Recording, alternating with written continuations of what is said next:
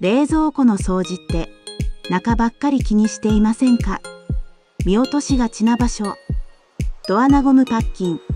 汚れてると菌やカビが繁殖しやすいんです。